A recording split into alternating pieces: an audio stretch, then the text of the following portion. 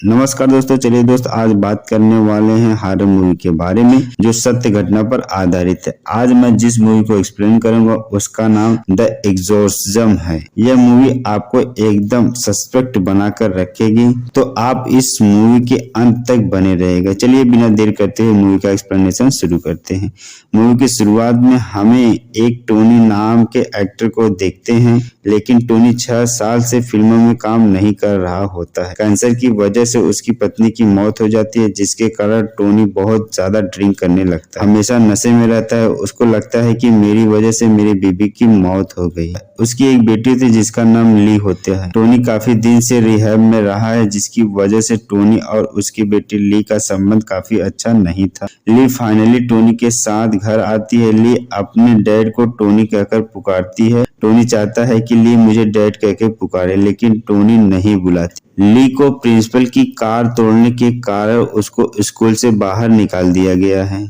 चलिए आपको कुछ पास्ट की चीजें के बारे में बता दें। एक फिल्म सिटी में हॉरर मूवी की शूटिंग चल रही होती है। एक एक्टर अपने पृष्ठ रोल के लिए प्रैक्टिस कर रहा हो।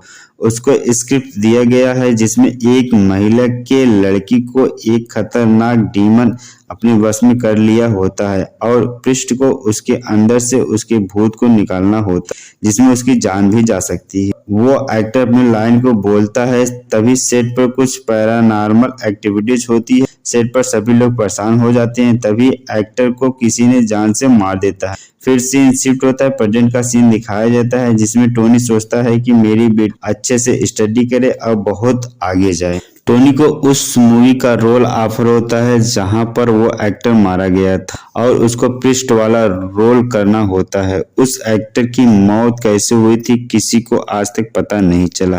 इसके बाद टोनी चर्च में आता है और कबूल करता है कि मेरी वजह से मेरी पत्नी मारी गई।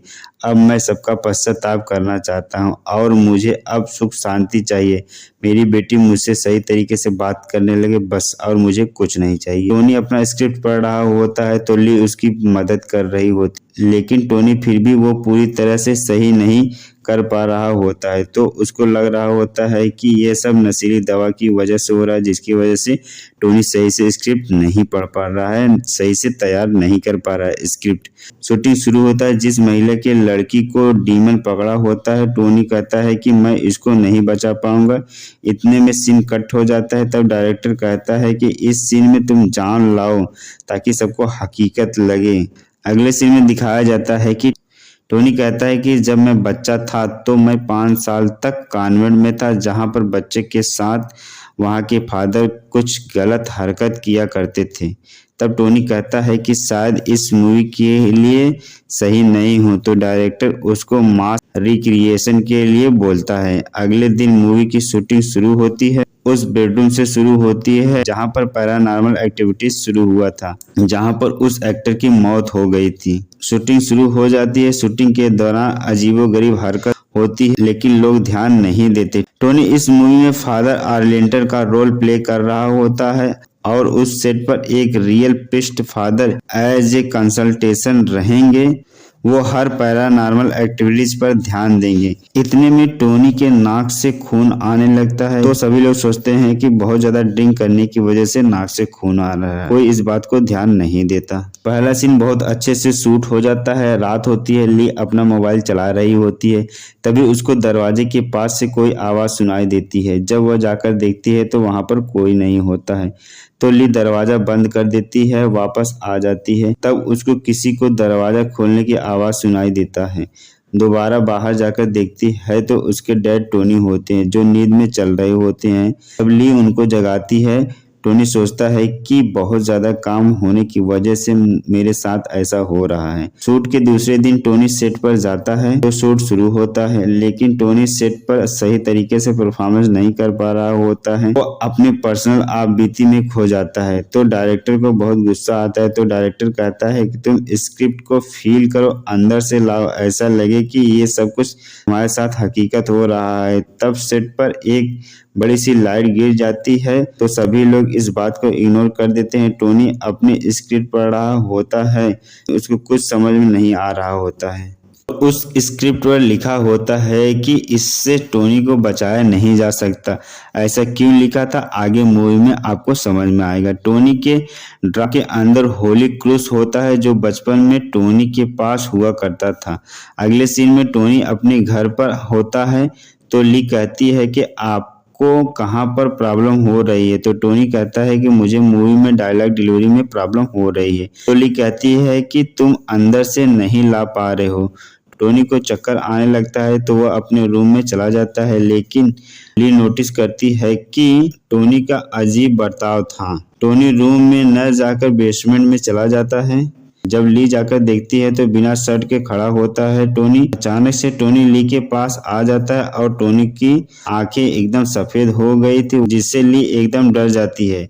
तब ली सोचने लगती है कि लगता है कि दवा चेंज करने की वजह से टोनी ऐसा कर रहा है। अगले सीन में शूट का 11वां दिन दिखाया जाता है। मूवी शूट हो जाती है, उसको रीचेक करने के लिए देखते हैं, लेकिन मूवी में कोई जान नहीं दिखाई देता। तो ली बहुत परेशान हो जाती है। फादर कार्नर ली से मिलता है और कहता है कि जो मूवी शूट हो रही है और जो भी एक्टिविटीज अजीबो गरीबो हो रही है उस पर तुम्हें भरोसा है। तो ली कहती है कि अब तक नहीं, लेकिन अब कुछ कह नहीं सकते। इधर टोनी फिर से ड्रिंक करने लगता है और अजीबोगरीबो हरकत करने लगता है। जब ली घर पर आती है तो देखती है कि टोनी एकदम खून से लथपथ था। तो ली तुरंत अपने डैड को ऊपर चिल्लाने लगती है, कहती है कि तुमने फिर से सब कुछ शुरू कर दिया। तो टोनी कहता है कि मुझे नींद नहीं आती और मैं इस मूवी को नहीं कर पाऊंगा। तो ली कहती है कि इसका कोई ये सोल्यूशन नहीं है।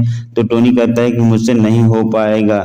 ली कहती है कि तुम चाहे जो करो, लेकिन अब मैं तुम्हारे साथ नहीं रहूंगी। तो टोनी गुस्सा होकर चिल्लाने लगता है, जिससे रूम के सारे कांच की चीजें टूट जाती हैं। टोनी कहता है कि तुम कहाँ जाओगे, ना तो तुम्हारे पास स्कूल है और ना ही माँ। तो ली कहती है कि तुम मुझसे दूर हो जा, और ये सब बातें उसका नाम लेकर कर रही होती है ली। तो उसके बाद से पता चलता है कि वो वास्तव में टोनी नहीं है, जिससे ली एकदम डर जाती है। टोनी को देखकर ली को लगने लगता है कि इसके अंदर किसी की आत्मा घुस गई है। शूट के अगले दिन में टोनी बाहर बैठा होता है। टोनी की तबीयत दिन प्रतिदिन खराब हो जा रही थी, जिससे ली बहुत परेशान थी। तो टोनी ली से कहता है कि मुझसे तुम दूर चली जाओ, तुम्हें इतना परेशान मैं देख नहीं सकता। अगले सीन में ली फादर कार्नर और मूवी के हीरोइन ब्लैक के पास आती है और टोनी की सारी आप बीती बता देती है, और यह भी बता देती है कि किसी की आत्मा टोनी के अंदर घुस गई है। तो फादर कहता है कि तुम जाओ अपने घर, काफी रात हो गई है। तब फादर बुरी आत्माओं के बारे में पढ़ने लगता है तो टोनी की बॉडी हिलते हुए दिखाई देती है और तड़पते हुए दिखाई देती है।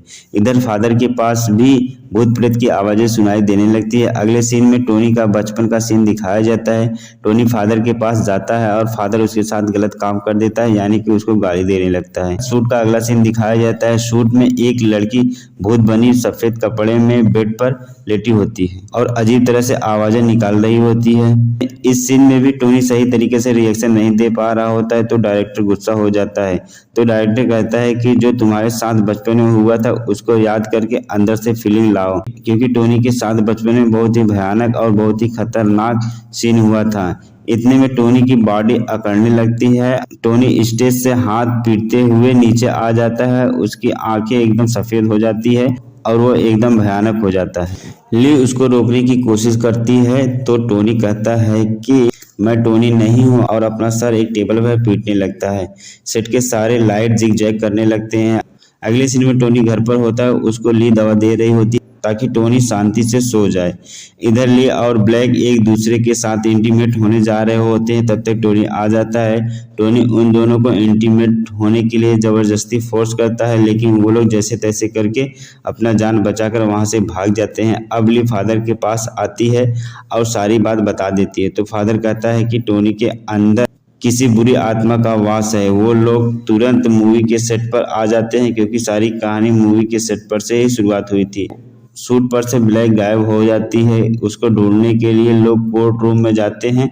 वहीं पर टोनी आ जाता है तो ली के पास ही फादर कार्नर की बाइबल पड़ी होती है। ली उसको उठाकर पढ़ने लगता है तो टोनी कहता है कि इसका असर मुझ नहीं होगा, यह बाइबल मैं बचपन से पढ़ता चला आ रहा हूँ। ली कहती है कि तुम टोनी को छोड़ दो, तो उसके अंदर के डीमन कहता है कि मुझे टोनी चाहिए, मैं इसे नहीं छोड़ूंगा। ली के पास होली क्रूस का सिंबल होता है, तो वो डीमन के माथे पर लगा देती है तो डीमन कमजोर पड़ने लगता है। तभी फादर कॉर्नर आ जाता है। फादर कॉर्नर कहता है कि तुम टोनी के शरीर को छोड़कर मेरा शरीर ले लो। तो डीमन तुरंत फादर कॉर्नर के शरीर में घुस जाता है। तो फादर कॉर्नर के अंदर डीमन जो होता है वो टोनी को फिर से हमला बोल देता है। तो टोनी होली क्रूस का सिंबल लेकर फादर के माथे पर लगा देता है और बाइबल पढ़ने लगता है, जिससे कि डीमन जलकर राख हो जाता है।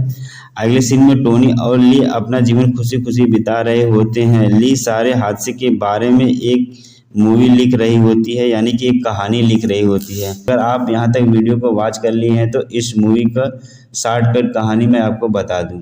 जो मूवी शूट हो रही होती है उसका नाम द एग्जोर्सिज्म होता है। हकीकत में द एग्जोर्सिज्म मूवी बनाई जा रही होती है तब ऐसी घटना घटी थी, तो उसी को लेकर यह मूवी बनाया गया है, यानी कि मूवी के अंदर मूवी। ठीक है दोस्त, अगर आज का एक्सप्लेनेशन अच्छा लगा हो तो हमारे चैनल को सब्सक्राइब करिएगा, बेल आइकन दबा दीजिएगा ताकि सबसे पहले नोटिफिकेशन आप तक पहुंच सके। अभी के लिए tata bye bye, take care.